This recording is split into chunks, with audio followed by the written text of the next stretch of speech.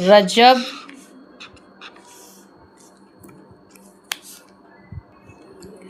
رجب کی 27ویں رات میں 12 رکعت نفل نماز۔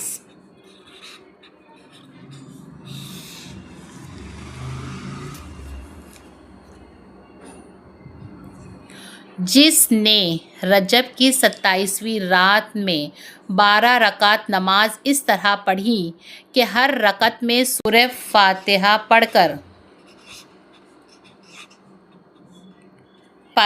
کر کوئی بھی سورہ پڑھی، اس کے بعد سورہ کوئی بھی،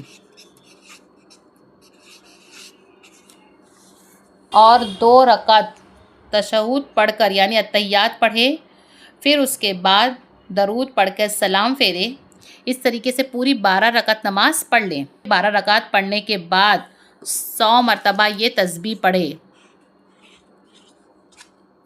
سبحان اللہ والحمد للہ ولا الہ الا اللہ واللہ اکبر ولا حول ولا قوۃ الا باللہ العلی العظیم، ہے نا؟ تیسرا کلمہ ہے،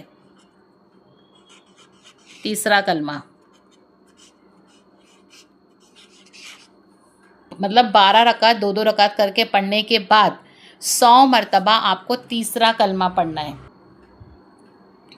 سبحان اللہ والحمد للہ ولا الہ الا اللہ واللہ اکبر۔ اتنا بھی اگر آپ نے پڑھ لے، پھر 100 مرتبہ استغفر اللہ اور 100 مرتبہ درود شریف اور 100 مرتبہ درود،